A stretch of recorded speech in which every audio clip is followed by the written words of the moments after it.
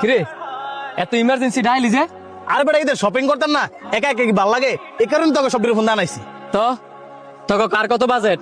আমার বাজেট 50,000, বউয়ের 20, 3 পুলা মায়ের 20 আর আমার 10।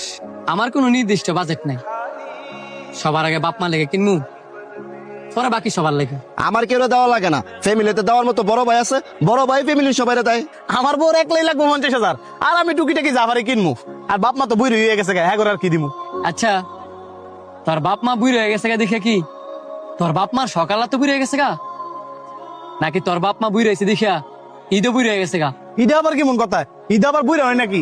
ঈদ মানে তো নতুনত্ব, আনন্দ। তুই তোর বউ বাচ্চা লইয়া নতুন জামা পইরা ঈদের আনন্দ করবি, তোর বাপ মাই তাহলে করতো না? শোন সানি, একটা সময় তুইও বুড়ি হবি, তুই তোর বাপ মার লগে যা করবি তোর ছেলে মেয়েরা তোর সাথে তাই করবো।